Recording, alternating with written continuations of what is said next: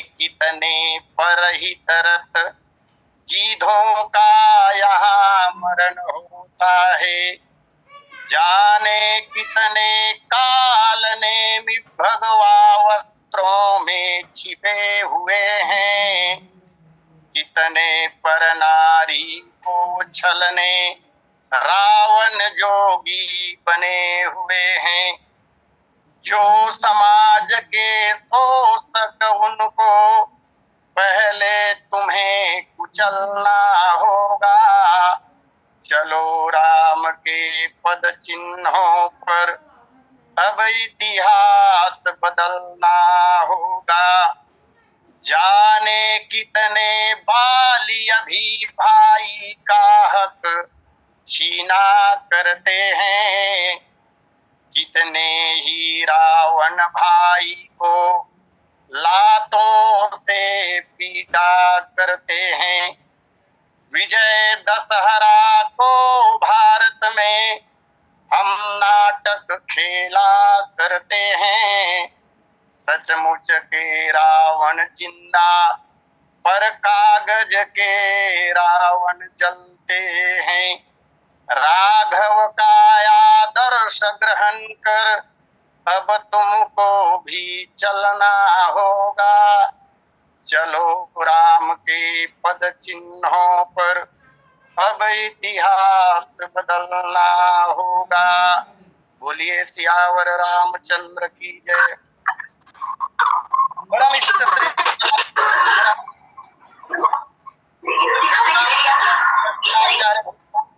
शंकर जी श्री सीताराम जी के चरण कमलों में नित्य अनुराग रखने वाले अंजनी हनुमान जी महाराज एवं कालजयी ग्रंथ श्रीमद् रामचरितमानस के प्रणेता हर निष्पूज्यपाद कविता कानन के श्री गोस्वामी जी महाराज,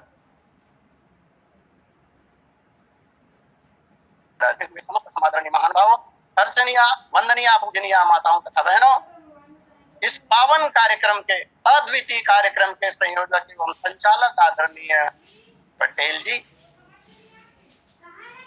और आज के प्रथम लिंक के वक्ता जिन्हें हम महाराज एवं तृतीय लिंक में जिन्हें बताएंगे मुख्य चरण पांडे जी महाराज। आइए भगवान की असीम अनुकंपा से जो समय प्राप्त हुआ है उसका सदुपयोग करने का प्रयास करें। विगत 14 दिनों से शिशु चरित्र पर कथा गतिमान है। कथा भाग में जाने के पूर्व मैं आप सबके प्रति कृतज्ञता ज्ञापित करते हुए कोटिशः साधुवाद आप सबों को प्रेषित करना चाहता हूं। 29 एवं 30 जुलाई को 2 दिवसीय श्री राम कथा सत्संग का भव्य आयोजन, ऐतिहासिक आयोजन दुर्ग में जो निर्विघ्न संपन्न हुआ। अद्भुत नेतृत्व क्षमता आदरणीय पटेल जी का एवं अद्भुत कार्यशैली उनके पूरे टीम की। और इस भव्य कार्यक्रम में सुदूरवर्ती अंचलों से भी लोग आए हुए थे। पूज्य त्रिपाठी जी महाराज प्रयागराज से, आदरणीय एसडीएम साहब भिंड एमपी से, सरकार जी भी आए हुए थे सीधी मध्य प्रदेश से, और भी दूर दूर से लोग यहाँ आए। ऐतिहासिक कार्यक्रम निर्विघ्न संपन्न हुआ। परमात्मा से मैं ये प्रार्थना करता हूँ कि भगवान नित्य नवीन ऊर्जा का संचार आप सब में करते रहें। भगवान की महती कृपा आप सबों के ऊपर बरसती रहे ताकि इस तरह का भव्य आयोजन भविष्य में और भी होता रहे, जिससे समाज कल्याण का कार्य, समाज को दिशा देने का कार्य आप सबों के द्वारा होता रहे। प्रत्यक्ष अथवा प्रत्यक्ष रूप से जिनकी भी सहभागिता इस कार्यक्रम में रही उनकी मैं वंदना करता हूँ। आइए कथा प्रसंग पर चलें। राजमहल में जो 4 बालक उत्पन्न हुए हैं उनके नामकरण संस्कार का समय है। ये नामकरण संस्कार 5वां संस्कार और अत्यंत ही महत्वपूर्ण संस्कार कहा जाता है। नामकरण के पूर्व की तैयारी पर चर्चा पिछले कथाक्रम में हो चुका है। चक्रवर्ती जी ने विचार किया कि नामकरण का समय आ चुका है, शुभ अवसर आ चुका है। अधिकांश ग्रंथों में प्राप्त होता है कि रामादि चारों कुमारों का नामकरण 13वें दिन हुआ, कहीं कहीं 12वें दिन भी कही जाती। श्री राम का नामकरण 13वें दिन, तो अन्य कुमारों का 12वें दिन, जो शास्त्र सम्मत है। चक्रवर्ती जी ने बहुत विनम्रता पूर्वक गुरु जी से कहा, महाराज धैर्य नाम जो मुनि गुनि राखा, आपने जो विचार करके इन कुमारों का नामकरण किया हो अपने मन में, कृपया उद्भाषित करने का कष्ट करें महाराज। इस तरह चक्रवर्ती जी ने जब पूछा, तब कुलगुरु वशिष्ठ जी कह रहे हैं, बोले राजन इन्हें के नाम अनेक अनुपा है। राजन इनके तो अनेक नाम है, और सच्ची बात तो ये है कि जगत में जितने नाम है वो सारे नाम भगवान के ही है, क्योंकि अक्षर को ब्रह्म कहा जाता है और ब्रह्म ही भगवान के रूप में अवतरित हुए हैं। और इसीलिए ग्रंथों को, रामचरितमानस जी को, श्रीमद् भागवत महापुराण को अक्षर ब्रह्म कहा गया है। ये भगवान, ये कागज नहीं है, ये किताब नहीं है, ये भगवान का श्री विग्रह ही है। तो गुरु जी ने कहा कि राजन इनके तो अनेक नाम हैं, आप एक नाम रखने की बात कह रहे हैं। और जब आपने कहा नाम रखने के लिए, तो नाम तो रखना पड़ेगा। नाम इसलिए भी रखना पड़ेगा क्योंकि नाम के बिना काम नहीं चल सकता। जब तक किसी वस्तु का, किसी व्यक्ति का, किसी स्थान का नाम ना हो, तो उनके साथ व्यवहार कैसे होगा? व्यवहार संभव ही नहीं है बिना नाम के। आइए एक दृष्टांत याद आ रही है। पुराने दिनों में कहते हैं जब सृष्टि की रचना हुई होगी तब, दृष्टांत तो दृष्टांत है, इनमें बहुत सारे प्रश्न उठाए जा सकते हैं किसी भी दृष्टांत से, लेकिन दृष्टांत केवल समझाने के लिए होते हैं। तो जब दुनिया बनी, किसी वस्तु का कोई नाम था नहीं, यद्यपि नाम नहीं था लेकिन व्यवहार तो था, जिंदगी तो थी, लोग जीवन यापन तो कर रहे थे। एक कोई आदमी था, उसने ऊंट पाल रखे थे। किसी दिन उनके 2-4 ऊंट खो गए। अब वह व्यक्ति अपने जानवरों को, ऊँटों को खोज रहा है, इस दिशा में, उस दिशा में, इस गांव में, उस गांव में। ऊँट मिल नहीं पा रहा है। इसलिए नहीं मिल पा रहा है क्योंकि जब वो आदमी किसी आदमी से मिलता था तो पूछता था, अब नाम तो है नहीं ऊँट का, ना आदमी का नाम नहीं है, मोहन, सोहन, सुरेश, रमेश है नहीं। है रमेश, तुमने ऊँट को देखा क्या? ऐसा पूछ नहीं सकते नाम के अभाव में। वो ऊँट का मालिक यही पूछता था। संबोधन के लिए भाई शब्द भी नहीं है, ए भाई भी नहीं कह सकते। उसने कहा हाँ क्या? तो बोले उसको देखे हो क्या? किसको? तो किसको का कोई जवाब नहीं है क्योंकि ऊँट का नाम नहीं है। बात स्पष्ट जब तक नहीं होगी तब तक उसका वर्णन मिलेगा कैसे? तो बस वो खोजता रहा, ऊँट मिले नहीं। विचारवान आदमी रहा होगा, विवेकी रहा होगा, भगवान ने बुद्धि दी रही होगी। उसने अपने तरीके से रेखा चित्र बना लिया, किसी पत्थर के टुकड़े में उकेर लिया, रेखा खींचकर ऊँट का चित्र बना लिया, रेखा चित्र। अब उस चित्र को लेकर घूम रहा है वो। कोई आदमी मिला, उनसे पूछा आपने उसे देखा क्या? उसने पूछा किसे? तो रेखा चित्र जो खींचा था उसको दिखा के बोला इसको, जिसका ये है, माने जिसका चित्र ये है। अब चित्र भी नहीं मालूम है, नाम ही नहीं है। तब उसने बताया कि इधर गया है, फिर वो मिल गया। कुल मिलाकर व्यवहार करने के लिए नाम की अत्यंत आवश्यकता होती है। नाम के अभाव में व्यवहार उचित तरीके से संभव ही नहीं है। भगवान के अनेक नाम है। दो बातें यहाँ विशेष रूप से गुरु जी ने कही। बोले इनके नाम अनेक अनूपा। राजन, इनके नाम अनेक हैं, लेकिन अनेक नामों में भी एक नाम तो रखना पड़ेगा और मैं रखूंगा। हे राजन, वह नाम, इनका नाम, वैसे सारे नाम अनुपम है। भगवान के नाम की तुलना नहीं, भगवान के नाम की बराबरी नहीं किसी से। और वेद में तो एक मंत्र जो आता है, तस्य प्रतिमा नास्ति, इसके अनेक तरह से विद्वानों ने अर्थ किया और कई लोगों ने तो यहां तक कह दिया तस्य प्रतिमा नास्ति, उसकी मूर्ति नहीं हो सकती। और मूर्तियों का होने लगा विरोध। तस्य प्रतिमा नास्ति, कुछ विद्वान कहते हैं यहाँ प्रतिमा का तात्पर्य मूर्ति भी लेंगे तो भी उसकी तुलना किसी से नहीं हो सकती। आदि आदि मैं चर्चा नाम पर कर रहा था। नाम व्यवहार के लिए अत्यंत आवश्यक है। भगवान के अनंत नाम है और अनंत नामों में सारे नाम जो है भगवान के वो अनुपम। इनके नाम अनेक अनूपा। अनूप में है महाराज, जिसकी तुलना नहीं हो सकती, रूपक नहीं खींचा जा सकता। और उन अनंत नामों में से अपनी बुद्धि के अनुसार, जैसा कि महाराज ने पूछा है, जो अपने मन में आपने विचार करके रखा होगा वह नाम कहिए, तो वही नाम कहने की बात गुरु जी कर रहे हैं।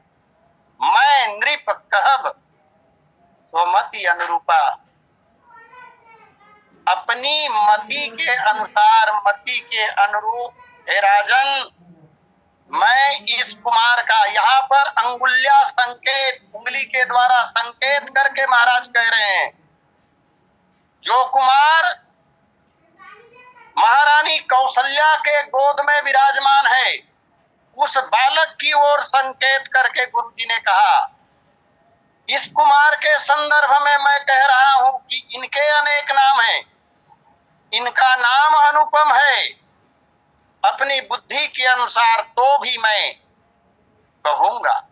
अनुपम का एक तात्पर्य सुंदरता से भी है। अनुपम है, सुंदर है।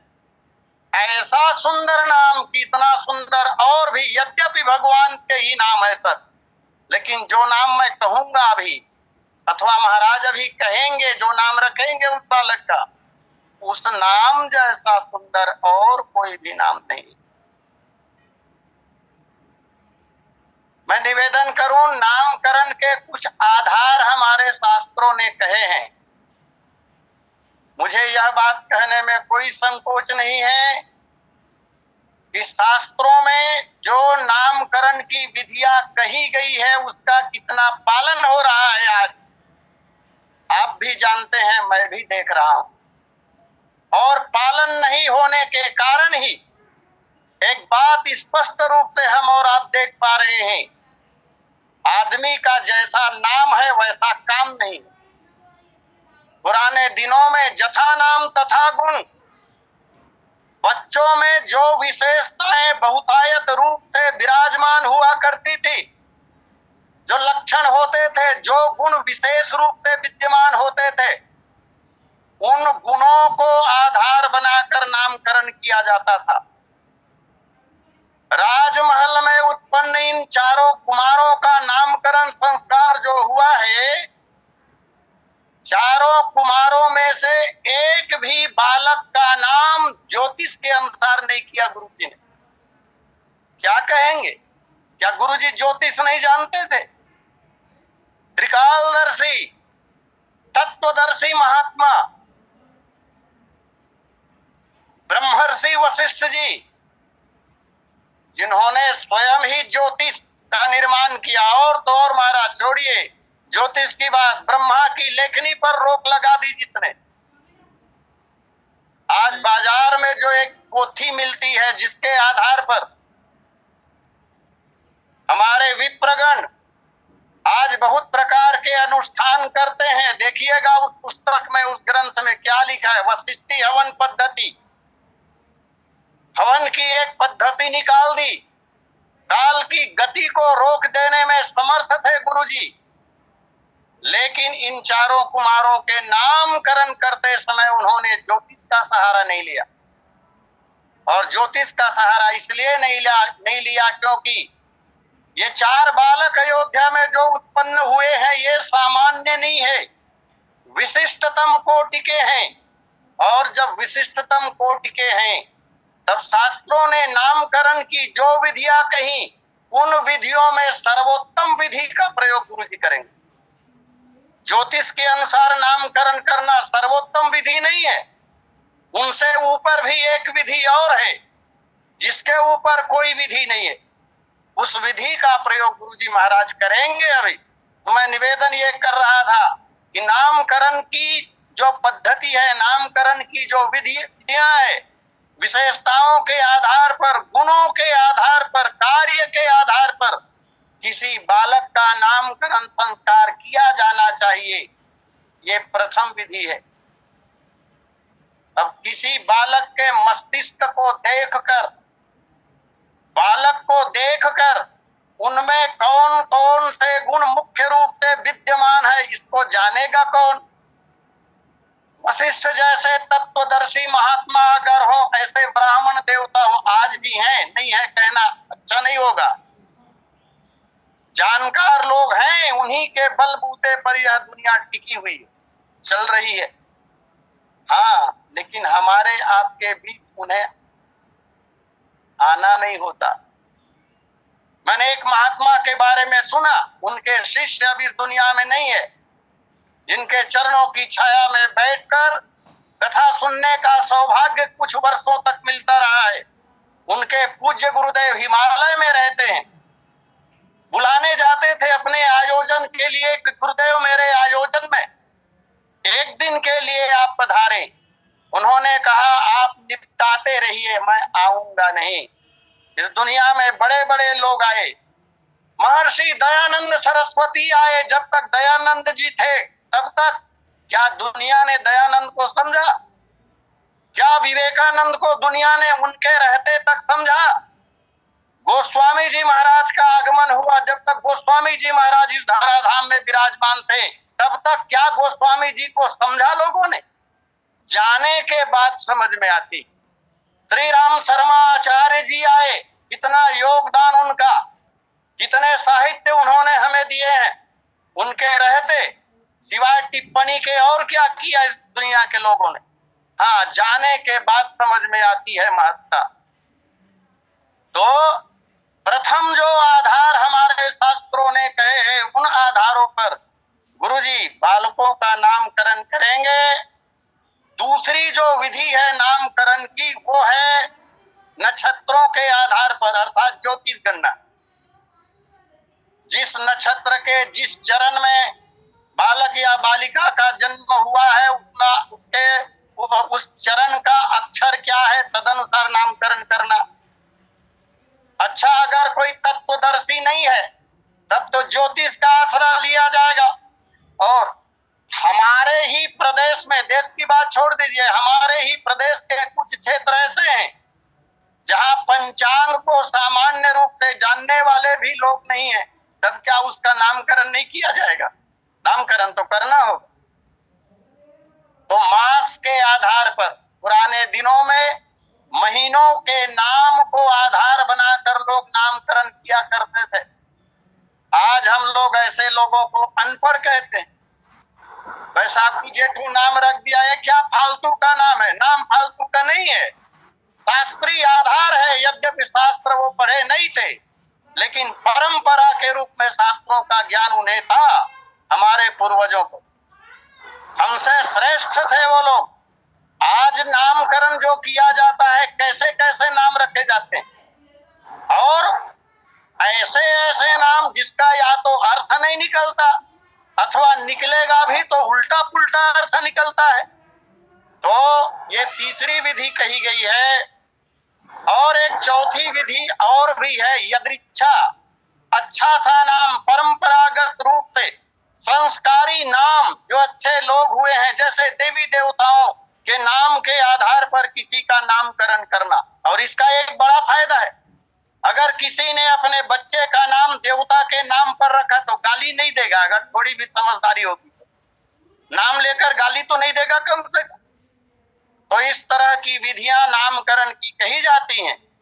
गुरुदेव वशिष्ठ प्रथम बालक का नामकरण करते हुए कहते हैं, राजन, जो आनंद सिंधु सुख राशि सीकर ते त्रयी लोक्य सुपासी। हे राजन, जो बालक जो आनंद सिंधु, आनंद के सागर हैं। सब जानते हैं समुद्र में अनगिनत जलकण होते हैं। कौन गिनेगा समुद्र के जल को, उनकी बूंदों को। जैसे समुद्र जलकण से लबालब भरा होता है, इसी तरह यह बालक आनंद का स्रोत है। आनंद यहीं से निकलता है। ये बालक आनंद का सागर है, सुख की राशि है। जो आनंद सिंधु सुख राशि, और कहा सीकर ते त्रैलोक्य सुपासी। सीकर कहते हैं जैसे एक तिनका हो, और तिनका का जो भाग पौधे से लगा होता है वहां वो पत्ता चौड़ा होता है, लेकिन आगे का नुकीला जो भाग होता है वो बहुत ही नुकीला होता है। एक तिनके को उल्टा करके, नोक को नीचे करके समुद्र में डालें और निकालें, रखना नहीं है कुछ देर वहां, पानी पकड़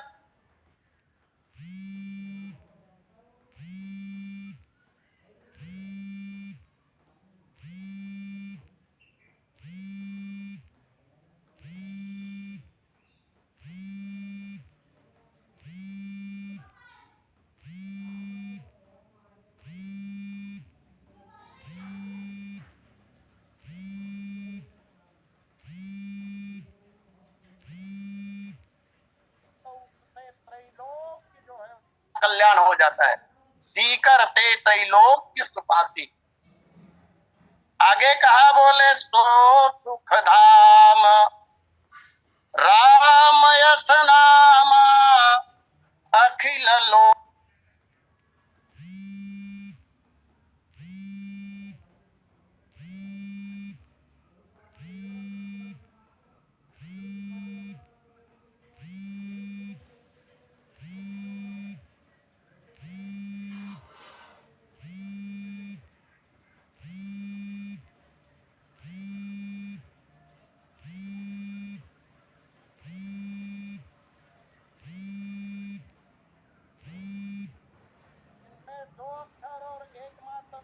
कुल मिलाकर 3 मात्राओं का नाम राम जिसे कहा जाता है, ये हुआ नाम। तो नामी और नाम ये दोनों है कैसे?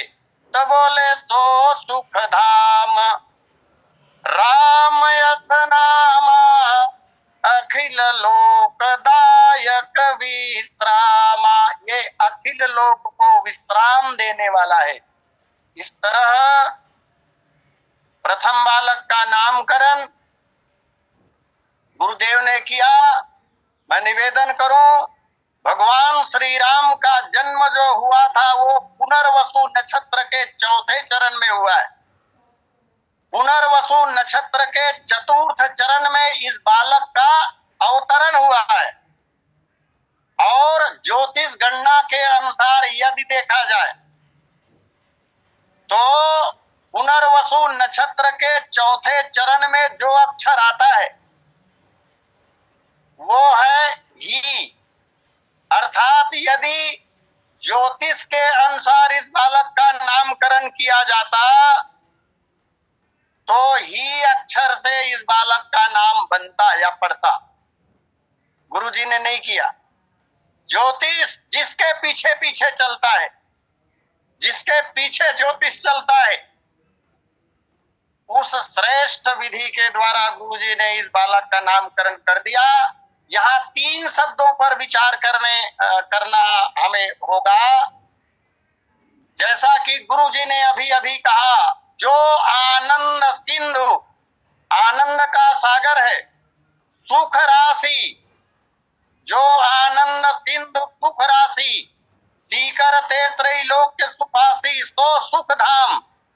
तो सुख राशि, सुख धाम और आनंद का सागर, वैसे तो अंतर है। अगर अंतर न होता तो एक ही स्थान पर ये तीनों शब्द पृथक पृथक रूप से गुरुजी क्यों बोलते? लेकिन मोटे तौर पर, सामान्य तौर पर तीनों पर्यायवाची लगते हैं, है नहीं? विद्वानों ने कहा, मानस मनीषियों ने कहा, यहाँ आनंद सिंधु सुख राशि और सुखधाम कहने का तात्पर्य यह है,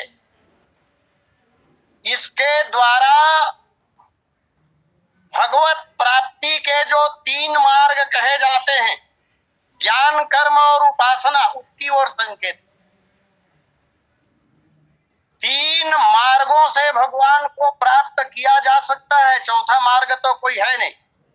या तो ज्ञान के द्वारा भगवान मिलेंगे, अथवा कर्म के द्वारा भगवान मिलेंगे, और नहीं तो उपासना अर्थात भक्ति के द्वारा भगवान की प्राप्ति होगी। तो 3 तरह के साधक भी होंगे जगत में, कोई ज्ञानी कोटि के होंगे, कोई कर्मकांडी होंगे, निश्चित होते हैं, और कुछ लोग हमारे समाज में ऐसे होते हैं जो न तो ज्ञानी हैं और न कर्मकांडी हैं। कर्मकांड तो बेहद खतरनाक है। थोड़ी सी चूक अगर हो गई कर्मकांड में तो लाभ तो होगा नहीं, हानि अवश्य हो सकती है। बहुत खतरनाक है कर्मकांड, आसान नहीं है। तो 3 तरह के जो साधक हैं, इन तीनों के लिए 3 शब्दों का प्रयोग किया गया, ऐसा कहते हैं। ज्ञानी जो होते हैं वो सदैव आनंद के प्यासे होते हैं। ज्ञानियों को आनंद चाहिए, ये आनंद में डूबे रहना पसंद करते हैं ज्ञानी लोग। इसलिए इनकी पिपासा को शांत करने के लिए भगवान के लिए इस विशेषण का प्रयोग किया गया, जो आनंद सिंधु। ये बात ज्ञानियों के लिए। फिर दूसरे कोटि में कर्मकांडी लोग आते हैं, यज्ञ यागादि कर्मों के द्वारा पुण्य अर्जित करके स्वर्गीय सुख को भोगना चाहते हैं। ऐसे लोग भी बहुत हैं, यही कर्मकांडी कहलाते हैं। तो इन लोगों के लिए भगवान को सुख की राशि का, क्योंकि कर्मकांडी लोगों को स्वर्गीय सुख की अभिलाषा होती है। जो आनंद सिंधु सुख राशि, सीकर ते त्रैलोक्य सुपासी, आगे कहा सो सुखधाम। ये सुखधाम उन लोगों के लिए कहा, भक्त कोटि के जो लोग होते हैं। देखिए, ज्ञान कौन पाना नहीं चाहता? ज्ञान सब लोग पाना चाहते हैं, लेकिन सब लोगों को ज्ञान मिल भी नहीं सकता। हमारे शास्त्रों में एक श्लोक आता है जहां ये कहा गया, पूर्व जन्मार्जितम विद्या, पूर्व जन्मार्जिता धनम, पूर्व जन्मार्जिता नारी, अग्रे अग्रे धावती। पूर्व जन्मार्जिता विद्या, विद्या पूर्व जन्मों के संचित पुण्यों के कारण प्राप्त होती है। अन्यथा तो सब विद्वान बनना चाहते हैं, बन नहीं पाते। पूर्व जन्मार्जिता धनम, धनवान सब बनना चाहते हैं, बन नहीं पाते।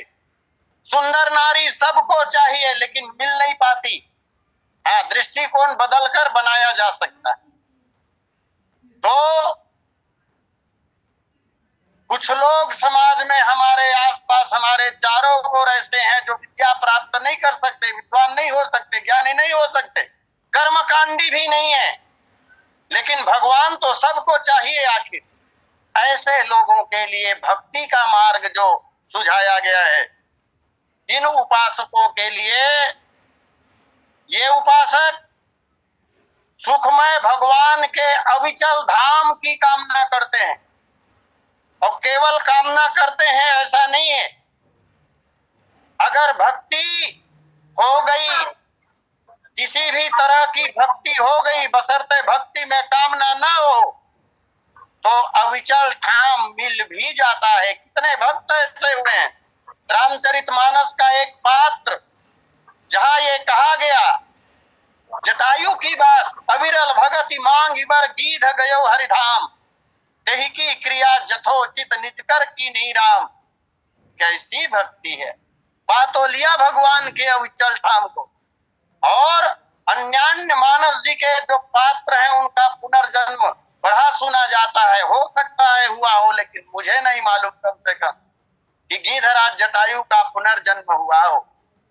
तो इस तरह इस कोटि के जो लोग हैं उन लोगों के लिए गुरुदेव वशिष्ठ ने चक्रवर्ती जी महाराज से कहा कि महाराज, सो सुख धाम राम असनामा, अखिल लोकदायक विश्रामा। अखिल लोक को विश्राम प्रदान करने में सक्षम है ये नाम।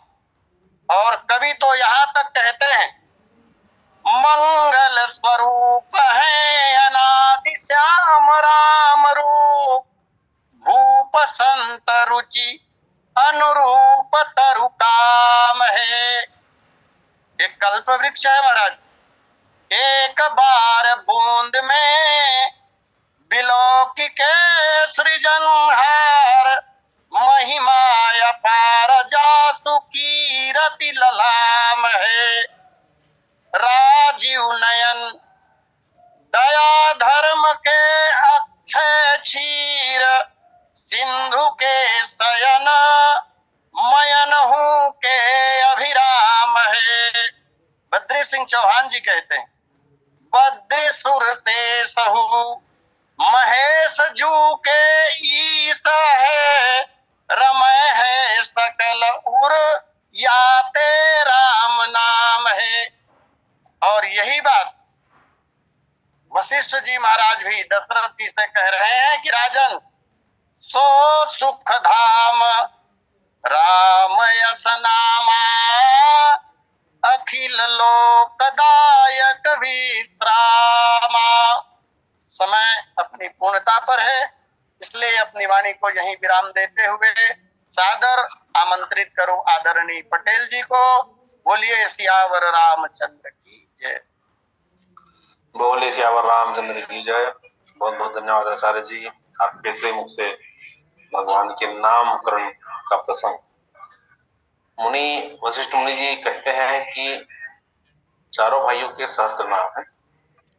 सहस्त्र नाम उनमें से कोई भी अधिक या न्यून नहीं है, और एक से अधिक का नाम है। इसलिए इन अनेक अनुपम कहा, यद्यपि प्रभु के नाम अनेक, स्मृति कहा अधिक एक से नाम है, और उन्हीं में से एक को रखना है। इसलिए जो आनंद सिंधु सुख राशि, आनंद सिंधु कहकर परिपूर्ण